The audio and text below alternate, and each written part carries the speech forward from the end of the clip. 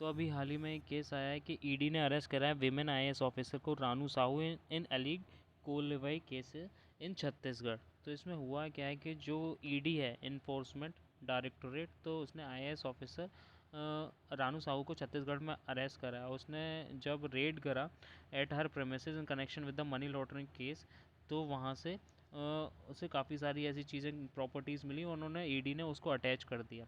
ठीक है, अटैच किसके अंदर करा, prevention of money laundering act, और उनको उनकी कस्टडी को मतलब सीख करा उनकी कस्टडी के लिए ना कोर्ट को, but court had given a permission. ठीक है, अब जो ये हैं जो रानू साहू हैं, ठीक है, ये क्या है, ये एक आईएएस ऑफिसर हैं और उनको अरेस्ट करा गया है। ठीक है, अब रानू साहू जो छत्तीसगढ़ कैडर के 2010 बैच के आईएएस ऑफिसर हैं, स्टेट एग्रीकल्चर डिपार्टमेंट में डायरेक्टर हैं।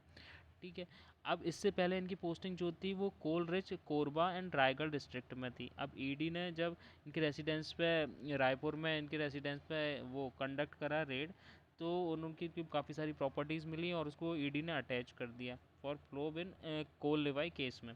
अब ये ऐसे ही पहली ऑफिसर नहीं है, इसके अलावा सेकंड आए पहले इससे पहले भी एक आईएएस ऑफिसर हैं छत्तीसगढ़ के, समीर बिश्नोई, उनको भी जो है वो 2009 बैच हैं और उनको भी अरेस्ट कर चुकी है लास्ट ईयर।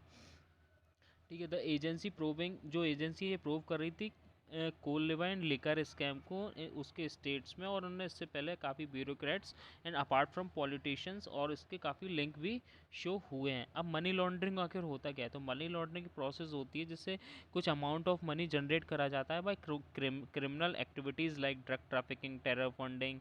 ठीक है, इस तरह की कुछ क्रिमिनल एक्टिविटीज़ होती हैं और साथ में इस तरह की और भी होती हैं कि आर्म सेल कर दिया, स्मगलिंग कर दी, ठीक है, कंप्यूटर फ्रॉड कर दिए। तो इस तरीके की मनी लॉन्ड्रिंग, आप इस तरीके से मनी लॉन्ड्रिंग कर सकते हो।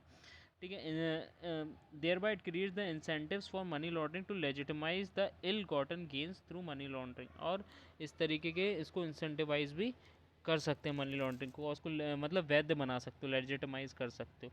Money generated is called dirty money and money laundering is the process of conversion of dirty money to make its appear as a legitimate money. मनी लॉन्ड्रिंग में होता क्या है एक्चुअली, जो आप गलत तरीके से पैसा कमाते हो उसको आप लीगलाइज करने का कोशिश करते हो, वैध तरीके से उसको बनाते हो। अब मनी लॉन्ड्रिंग को देखता कौन है, वो देखता है डायरेक्टरेट ऑफ इंफॉर्मेशन इन्फोर्समेंट, मतलब ईडी देखता है। ये क्या है, मल्टीपल डिसिप्लिनरी ऑर्गेनाइजेशन है जो मैंडेट करता है किसको, इन्वेस्टिगेशंस को of money laundering and violation of foreign exchange loss. ये एक स्टैट्यूटरी फंक्शन करता है और इसके अंदर कुछ एक्ट्स आते हैं, उसके अकॉर्डिंगली ये वर्क करता है। पहला एक्ट है prevention of money laundering act 2002। अब ये जो 2002 का मनी लॉन्ड्रिंग एक्ट है, ये किसको कमिट करता है, ये वियना कन्वेंशन को कमिट करता है। उसके बहुत सारे प्रावधान हैं जो यूएन का, UN United Nation Convention against illicit trafficking in narcotic drug and psychotropic substance 1988, Basel statement of principles, 40 recommendations of the final action task force on money laundering 1990, political declaration, global programs of action adopted by the United Nations General Assembly 1990। तो ये जितने हैं ना, इसको इनके लिए India जो है ग्लोबली कमिटेड है, और prevention of money laundering act इसीलिए बनाया गया था। अब प्रिवेंशन ऑफ मनी लॉन्ड्रिंग में होता क्या है, इसमें ये होता है कि जो क्रिमिनल लॉ इनेक्ट करे जाते हैं to prevent money laundering and to provide for confiscation of property derived from involve in money laundering cases, जो भी इस मनी लॉन्ड्रिंग के केसेस में होंगे उनके लिए ये जो है क्या करता है, उसकी जांच करेगा और उसके लिए कार्रवाई करके उसको according to PML Act conduct investigation करेगा, ट्रेस करेगा वहाँ पे और क्राइम को प्रोसीड करके सुप्रीम कोर्ट में प्रॉपर्टी को कॉन्फिगेस कर देगा और ऑफेंडर्स को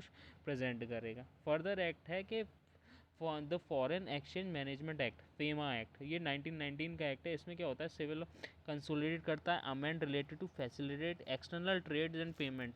जितने भी एक्सटर्नल ट्रेड्स और पेमेंट्स होते हैं उनकी मेंटेनेंस, उसको ऑर्डरली डेवलप और मेंटेन ऑफ फॉरेन एक्सचेंज की मार्केट को देखता है, उसमें जो भी इन्वेस्टिगेशंस होते हैं, जो भी करप्ट चार्जेस होते हैं, उन सब से डील करेगा फॉरेन एक्सचेंज में। ठीक है, थर्ड होता है फ्यूगेटिव इकोनॉमिक ऑफेंडर एक्ट 2018। अब इसमें क्या होता है, जो आदमी दिवालिया घोषित हो गया उस चीज़ की कार्रवाई पर देखता है। The law was enacted to deter economic offenders, just like जैसे विजय माल्या हुआ था, मेहुल चौकसी हुआ था, ठीक है, ललित मोदी हुए, तो ये फिगरेटिव ऑफेंडर्स हैं, वो उसकी जांच पड़ताल भी ईडी ही करता है। तो ईडी कौन कौन से, पीएमएलए, फेमा और एफईओए, फिगरेटिव इकोनॉमिक ऑफेंडर एक्ट, तो ये सारे एक्ट के अंडर ईडी काम करता है और इसको ध्यान में रखते हुए सारी कार्रवाई करता है अकॉर्डिंग टू जैसे भी केसेस बनते हैं। ठीक है, thank you guys, be updated.